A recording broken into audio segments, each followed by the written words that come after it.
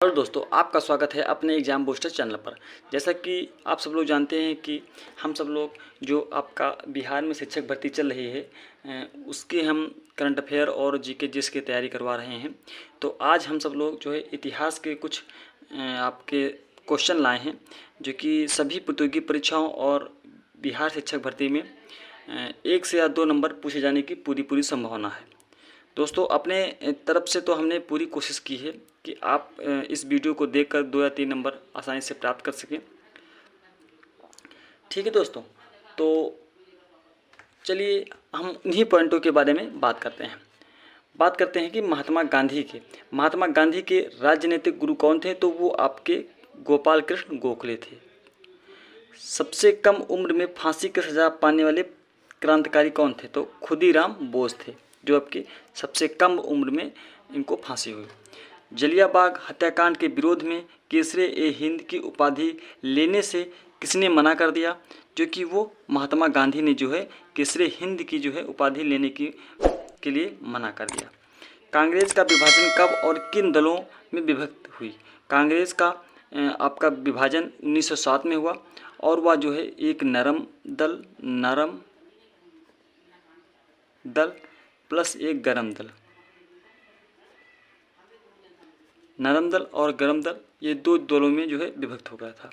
कांग्रेस के प्रमुख मुस्लिम अध्यक्ष कौन थे? तो बदरुद्दीन तैयब थे। कौन थे? बदरुद्दीन तैयब। शिवाजी द्वारा लगाए गए 2 कर कौन कौन से थे? तो एक था आपका चौथ और एक था सरदेशमुखी। दोस्तों आपको बता दें कि हमने अपने तरफ से पूरी कोशिश की है, उन्हीं पॉइंट को रखा गया है जो कि आपके प्रीवियस पेपर को देखते हुए ये सब सारे पॉइंट रखे गए हैं जो कि कहीं ना कहीं जो है किसी न किसी टीचिंग एग्जाम में पूछे ही गए हैं। बात करते हैं कि लंपट मूर्ख किसे कहा जाता है? तो वो आपका जहदार शाह को कहा जाता है। जहदार शाह को कहा जाता है। शिवाजी के बाद गौरिल्ला युद्ध किसने लड़ा? तो बाजीराव फर्स्ट ने लड़ा। पहला अगर गौरिल्ला युद्ध की बात करें तो वो आपको शिवाजी ने लड़ा था, और अगर शिवाजी के बाद अगर गौरिल्ला युद्ध की बात करें तो वो बाजीराव फर्स्ट ने लड़ा था। भारत की पहली महिला शासिका कौन थी? तो वो आपकी रजिया सुल्तान थी। दोस्तों आपको ये क्वेश्चन सरल जरूर होंगे क्योंकि आपने कहीं ना कहीं इन क्वेश्चनों को पढ़ा है, लेकिन जब एग्ज़ाम हॉल में बैठते हैं तो इन्हीं जो है जो सरल क्वेश्चन होते हैं इन्हीं को आप सब लोग जो है बहुत ही कन्फ्यूजन उत्पन्न होता है और गलत करके आते हैं। आपको बता दें कि अगर पेपर में जो आपको क्वेश्चन सरल लगते हैं या आते हैं अगर वो गलत हो जाते हैं तो फिर आप पेपर में जो है टारगेट नहीं बना पाएंगे, स्कोर नहीं बना पाएंगे। तो दोस्तों आपको बता दें कि छोटी से छोटी पॉइंट, सरल से सरल पॉइंट को अगर आप शिक्षक भर्ती में अपना चयन करना चाहते हैं तो सरल से सरल पॉइंट को हासिल करिए, उसको पढ़िए। और क्योंकि सरल पॉइंट अगर आपके एग्ज़ामों में छूट जाएंगे तो बहुत दुख होगा कि वो सरल तो सरल है ही, अगर कठिन छूट जाते हैं तो आप अगर तुक्का से 1-2 नंबर अगर सही मार देते हैं तो ठीक ठाक है, लेकिन अगर सरल आपका छूट जाएंगे तो फिर आपको दिक्कत हो जाएगी, स्कोर नहीं कर पाएंगे। तो प्लीज़ जो क्वेश्चन हैं इनको आप देखिए बिना वीडियो स्किप किए हुए, और जो है अपने पॉइंटों को समझिए अच्छे से, ठीक है। तो भारत की पहली महिला शासिका आपके रजिया सुल्तान थी। नगर निगम का अध्यक्ष जो है महापौर। तो दोस्तों बता दें आपको टेट, सुपर टेट कोई भी अगर एग्जाम टीचिंग एग्जाम हो तो ये क्वेश्चन जो है 2-3 एग्जाम में पूछा गया है, तो इसलिए हमने ये क्वेश्चन रखा है। आइसो हाईलाइन रेखाएँ क्या दर्शाती हैं? तो आपकी लवणता को, यानी जो आपके ये आइसो हाईलाइन रेखाएं जो होती हैं वो लवणता को दर्शाती हैं, यानी जो भूमि आपकी लवणता है कि अम्लता है तो क्षारता है, ये आपके ये लाइन जो है दर्शाती हैं। किस 2 देश को यूरोप का खेल का मैदान कहते हैं? तो स्विट्ज़रलैंड को जो है यूरोप का खेल का मैदान कहा जाता है। संगमरमर की भूमि के नाम कौन सा देश है? तो आपका संगमरमर के नाम से कौन सा देश माना जाता है? तो इटली, जो कि संगमरमर के नाम से जाना था। कौन सा देश 1000 पहाड़ियों का देश है? तो वो आपका अफगानिस्तान, ठीक है। हज़ारों पहाड़ियों का देश जो है वो आपका अफगानिस्तान है। किस शहर को पिंक सिटी के नाम से जानते हैं? तो वो आपका जयपुर, जो कि ये कहाँ पड़ता है? ये आपका पड़ता है राजस्थान में, ठीक है, ये आपका राजस्थान पड़ता है। किस देश को यूरोप का मरीज़ कहते हैं? तो ये आपका कहते हैं तुर्की को, ठीक। हमारी तरफ से है कि सबसे ज़्यादा बायोडाइवर्सिटी कहाँ पाती है, किस जंगल में पाई जाती है, ठीक है। ये क्वेश्चन है हमारा, और कमेंट बॉक्स में कमेंट करिएगा कि इस क्वेश्चन का उत्तर क्या होगा। औरंगाबाद का नया नाम क्या है? संभाजी नगर। ये आपका हाल ही में क्वेश्चन एक उठा है कि औरंगाबाद का नया नाम क्या था? संभाजी नगर था। एलोरा की गुफाएं ये कहाँ पाते हैं? तो ये किस लिए हैं? तो जैन धर्म और बौद्ध धर्म की दोनों धर्मों को जो संबोधित करती है वो आपकी एलोरा गुफाएं हैं, ठीक है। गुफाएं में ये आपके औरंगाबाद में पाया था। सती प्रथा का अंत जो है आपका 1829 ईस्वी में हुआ और किसके प्रयास से अंत हुआ? तो आपका राजा राय मोहन के प्रयास से। राजा राय मोहन के प्रयास से, है ना। ये जो है राजा राय मोहन के प्रयास से जो है सती प्रथा का अंत जो है 1829 ईस्वी में हुआ। बहावी आंदोलन का मुख्य केंद्र कहाँ था? तो वो आपका पटना था, जो कि पटना आपका बिहार में पड़ता है, ठीक है। यानी बहावी आंदोलन का मुख्य अगर केंद्र कहाँ था? तो आपका पटना, जो कि बिहार में पड़ता है। महाराष्ट्र का सुकरात किसे कहते हैं? तो महादेव गोविंद रानडे को कहते हैं। महादेव गोविंद रानडे को कहते हैं। दोस्तों आपको बता दें कि आज कुछ तबीयत ख़राब है, तो जो है आवाज़ सही क्लियर नहीं आ रही है, तो प्लीज़ कोऑपरेट करिएगा, ठीक है। संवाद पत्र की जो संवाद एक आपका संवाद पत्रिका है, जो संवाद पत्रिका जो है उसके संपादक कौन है? तो आपका राजा राय मोहन राय हैं। कौन है? राजा राय मोहन राय हैं। अब बात करते हैं कुछ आंदोलन के बारे में जो कि आपके एग्जाम में पूछे जाने की पूरी संभावना है। अगर कूका आंदोलन की बात करें तो ये आपका पंजाब में है और किसने किया? तो गुरुग्राम सिंह ने। कोल विद्रोह कहाँ पर हुआ? तो ये आपका महाराष्ट्र में हुआ और बुद्ध भगत और ताना भगत के साथ साथ में हुआ।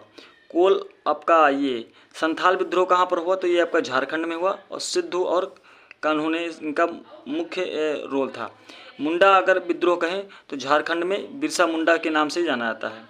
अगर भोपाल विद्रोह कहें तो ये आपका केरल में पड़ता है। कहाँ पर है? कहाँ पर है भोपाल विद्रोह? तो केरल में। नील विद्रोह कहाँ पर हुआ? तो पश्चिम बंगाल में। अब आपको बता दें थोड़ा सा इसके बारे में, क्योंकि नील विद्रोह किस नाम पर नील विद्रोह पड़ा? क्योंकि इसमें जो है नील की खेती की जाती थी, ठीक है। तो यहाँ पे जो है इस नील की खेती की वजह से नील विद्रोह पड़ा, ठीक। नील दर्पण की अगर बात करें तो दीनबंधु जो है मित्र की पत्रिका है, ठीक है। नील उपद्रव कहते हैं इसको, ठीक है। और शायद दोस्तों कमेंट बॉक्स में कर लिए कि नील का उपद्रव किसे कहते हैं। हो सकता है हमारे हिसाब से देखा जाए तो शायद ये बाल गंगाधर तिलक को कहते हैं, ठीक। आप सब लोग थोड़ा देख लीजिएगा उस पर विकीपीडिया पे, क्योंकि विकीपीडिया एक ऐसा आपका सर्च इंजन है जो कि उस पर जो है बहुत ही सत्य बताता है ना। विकीपीडिया अगर सर्च करने के वजह से देखा जाए अगर एजुकेशन के बारे में, तो विकीपीडिया बढ़िया मतलब वो सर्च इंजन है। सन्यासी विद्रोह कहाँ पर हुआ? तो ये आपका आनंद मठ, जो ये आपकी बंकिम चंद्र चटर्जी की बुक है, ठीक है। जो कहाँ मिलता है सन्यासी विद्रोह? तो ये जो बंकिम चंद्र चटर्जी है, जो आनंद मठ है, ठीक है।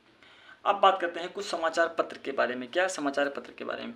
जो अल हिलाल समाचार पत्र है वो किसने लिखा? तो आपका अबुल कलाम आज़ाद ने लिखा। कौन सा? अल हिलाल। यंग इंडिया की किसने लिखा? तो आपको गांधी जी ने यंग इंडिया लिखा, ठीक। बात करते हैं कॉमन व्हील न्यू इंडिया की अगर बात करें तो आपका एनी बेसेंट ने लिखा। सुधारक की बात करें तो गोखले ने लिखा। और मिरातुल अखबार चांद संवाद कौमुदी, ये आपका राजा राय मोहन ने जो है मिरातुल अखबार, चांद और संवाद कौमुदी, ये जो है तीन जो है समाचार पत्र जो है राजा राय मोहन ने लिखा। केसरी और मराठा जो ये जो आपके जो समाचार पत्र हैं तो तिलक ना बाल गंगाधर तिलक ने लिखा, केसरी और मराठा। नेशनल हेराल्ड जो था वो आपका जवाहरलाल नेहरू ने लिखा। अब दोस्तों आपको बता दें कि जो है ये आपका कुछ नारे होते हैं, नारा, ठीक है। क्योंकि जो है इस नारे से आपको बता दें कि कहीं ना कहीं एक नंबर आपको जो है इस नारे से मिल जाएगा। बहुत इंपॉर्टेंट रहते हैं। जैसे आपका पेट का एग्जाम है तो पेट का एग्जाम में आपका एक नारा, जो नारे से क्वेश्चन आते हैं वो एक एकदम कन्फर्म है।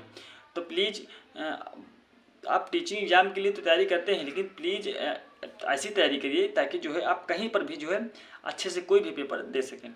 तो अगर कर मत दो, तो ये किसका नारा था? तो सरदार वल्लभ भाई पटेल जो है ये कर मत दो, ये इसका नारा था। करो या मरो एक ये नारा हो गया, और भारत छोड़ो आंदोलन, ये दोनों नारा किसने दिया? तो वो आपका महात्मा गांधी ने दोनों नारा दिया, ठीक। दिल्ली चलो और तुम मुझे खून दो मैं तुझे आज़ादी, किसने दिया? तो ये आपका सुभाष चंद्र बोस ने दिया, ठीक। दिल्ली चलो और तुम मुझे खून दो मैं तुझे आज़ादी, ये आपका सुभाष चंद्र बोस ने दिया। अब बात करते हैं कि जय जवान और जय किसान, ये किसका नारा था? तो लाल बहादुर शास्त्री का जो है ये जय जवान और जय किसान का नारा था, ठीक। स्वराज हमारा जन्म से अधिकार, स्वराज हमारा जन्म सिद्ध अधिकार है, ये आपका बाल गंगाधर तिलक ने दिया, ठीक। किसने दिया? बाल गंगाधर तिलक ने दिया। इंकलाब जिंदाबाद, ये आपका भगत सिंह, ये किसका नारा था? तो भगत सिंह का नारा था। आराम हराम है, ये आपका जवाहरलाल नेहरू ने जो है बताया। ठीक है, ये जवाहरलाल नेहरू का आपका नारा है। सारे जहाँ से अच्छा हिंदुस्तान हमारा, ये आपका मोहम्मद इकबाल का जो है नारा है। दोस्तों आपको बता दें कि अगर आपको ये वीडियो अच्छी लगे तो प्लीज़ लाइक, सब्सक्राइब और प्लीज़ सपोर्ट करना। धन्यवाद।